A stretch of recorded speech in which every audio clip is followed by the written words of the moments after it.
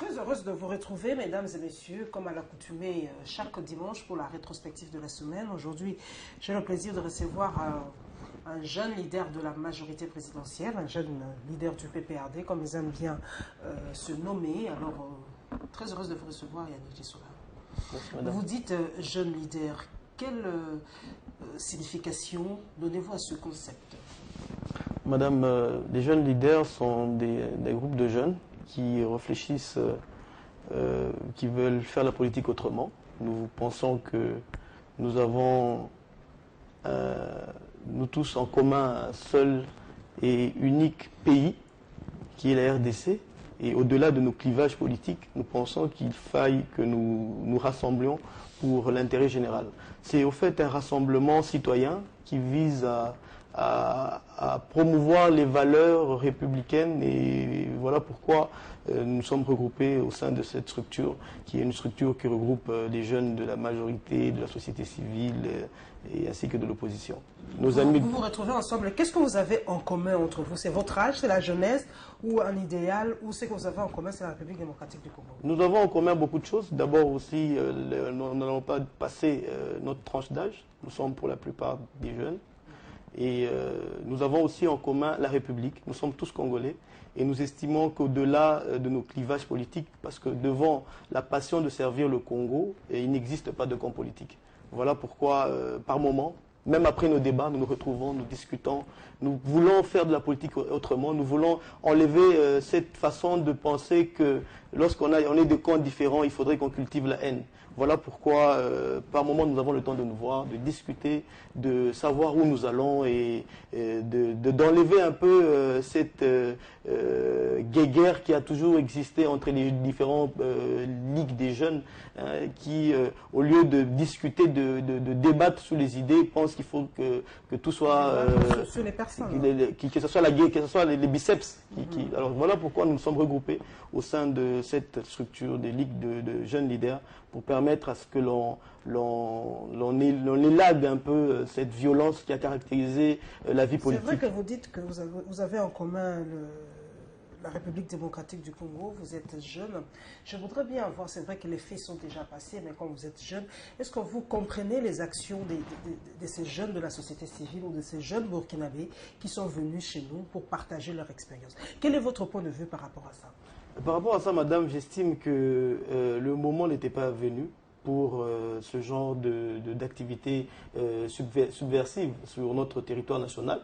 Parce que nous sommes déjà engagés dans la voie démocratique. Ce qui s'est passé au Burkina Faso ne concerne nullement la République démocratique du Congo. Nous sommes déjà engagés dans le progrès, dans la voie démocratique depuis le 17 mai 1997. Chez nous, au Congo, il y a un multipartisme et les débats, vous recevez ici souvent alternativement la majorité et l'opposition. Donc, nous pensons que nous avons des mandats qui sont exercés par des institutions et à la fin de chaque mandat, nous renouvelons que ce soit nos institutions. Nous sommes en train bientôt d'aller vers les élections présidentielles, les législatives, municipales et autres. Donc, il n'est pas question de faire comme on l'a fait au Burkina Faso, table rasa. Donc, je crois que c'était malvenu et je regrette que ce soit des jeunes qui soient à l'origine de cette activité. Mais vous ne pensez pas que les jeunes peuvent être ce souffle nouveau qui peuvent changer les choses,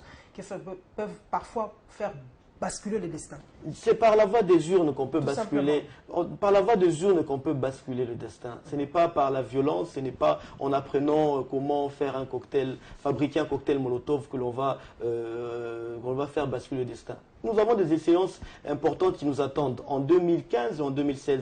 C'est notamment les élections municipales et urbaines. Nous voulons que des jeunes soient non seulement des électeurs, mais qu'ils soient éligibles. Nous voulons qu'il y ait plus de candidatures des jeunes pour permettre à ce que les jeunes soient responsabilisés au niveau de la base pour permettre à ce qu'on développe notre pays. Donc, je crois, il y a ce souci de renouveler la classe politique, c'est vrai. Mais ce renouvellement doit se faire de manière pacifique, de manière démocratique. Et la seule façon pour exprimer nos souhaits, pour exprimer notre volonté à amener le progrès dans ce pays, ce sont les élections. Il faudrait qu'on se porte candidat. Donc, je voudrais profiter de votre tribune, votre tribune, pour lancer encore un appel à tous ces jeunes qui sont dans nos quartiers est dans nos villes à travers la République, de se pouvoir constituer les dossiers afin de déposer... Ça a déjà commencé d'ailleurs. Oui, je voudrais vraiment encourager la candidature des jeunes. Il faut que l'on soit, à tous les niveaux des élections, l'on soit représenté. Il faudrait vraiment que l'on booste un peu la classe politique. politique.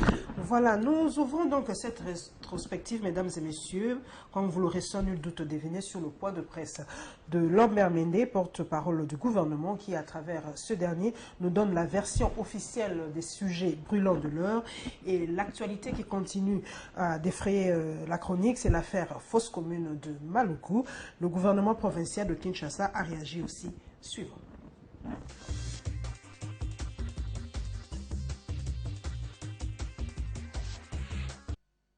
À l'instar de l'exécutif provincial de Kinshasa, le gouvernement central a tenu à fixer l'opinion sur la fosse commune découverte à Maluku.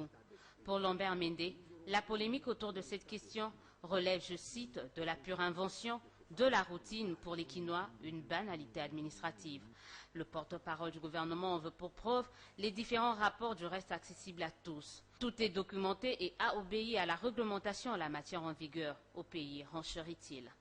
Il n'y a donc, mesdames, messieurs de la presse, rien qui puisse autoriser un quelconque lien entre cette affaire et les événements des 19, 20, 21 janvier 2015, comme nous l'entendons répéter maintenant par certains. Le bilan de ces événements, des 19 au 21, est connu. 27 morts officiellement. Et même les sources les plus mensongères, les plus mal intentionnées, n'ont pas dénombré 421 morts, les 19, 20 et 21 janvier. Tout en réitérant la disponibilité de l'État congolais à travailler avec tous ceux qui veulent l'assister pour mener à bien l'enquête en cours, Lambert Mende a, au nom du gouvernement, dénoncé l'instrumentalisation qui entoure l'affaire et préfère la situer dans un terrain purement de société, d'où cet appel. Nous avons un problème culturel, nous avons un problème de société, et les problèmes de société, ce n'est pas avec le fouet de la réglementation qu'on les règle, et c'est pour ça d'ailleurs que la société civile existe, je pensais. Ce n'est pas seulement pour jeter des anathèmes sur le gouvernement, c'est pour jouer à améliorer les valeurs. Et parmi les valeurs que nous avons héritées de nos ancêtres, la solidarité familiale est quelque chose que nous sommes en train de perdre. Au cours de ce face-à-face avec la presse, le porte-parole du gouvernement va faire l'évaluation